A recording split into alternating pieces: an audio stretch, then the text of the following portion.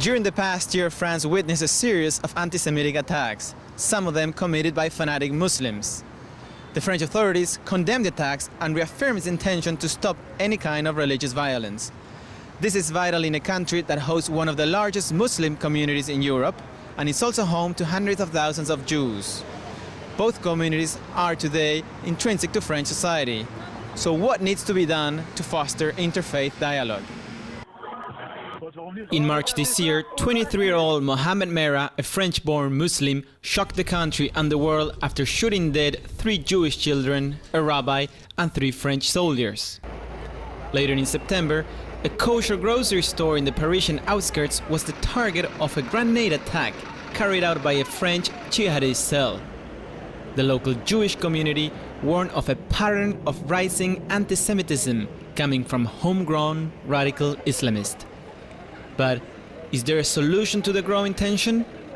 A first step was taken this week following an initiative of the Israeli embassy in France and local Muslim clerics.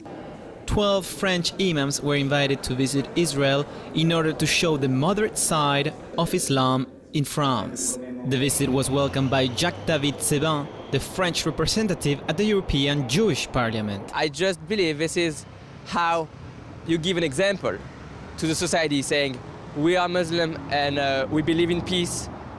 We know Israel is a democratic country and we accept to go there as French citizens and as Muslims. So that's just great. Now, I also believe this is only the beginning, and what's going to come later is way harder.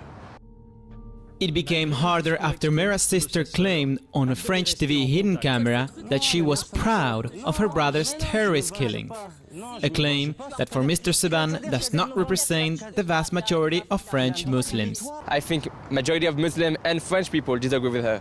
I think she's a minority. I think she's just not in her place here, and publicly or not publicly, it should be condemned. The French Muslim Council, that represents the over 5 million Islam believers in the country, swiftly condemned Merah's sister remarks, but tensions and distrust remain high between both communities, an issue that the government needs to address, and for Mr. Sebban, a reform of the education system could be the answer. Schooling system here today, I believe it's out of date. I do not understand how you could be French today and do not know or do not understand what a Muslim do, or what Jewish do. So how can you expect people to live together if they don't know about each other? So having a real good reform or a real good change in the schooling system, making people interacting together and showing their own culture and identity would be a good start as well, to make sure that young generation grew up with understanding and tolerances for all French people. The challenge for both the government and society is to provide a roadmap to allow interfaith dialogue before relations and hope deteriorate any further. Hope is not lost. Definitely when you see this trip that just has been done in Israel. But to have hope, you have to have people hoping. After taking office 6 months ago, the socialist government is facing several challenges. Fighting religious extremism is one of them. The Interior Minister recently said that any kind of extremism that justifies and supports violence will be fought by democratic means.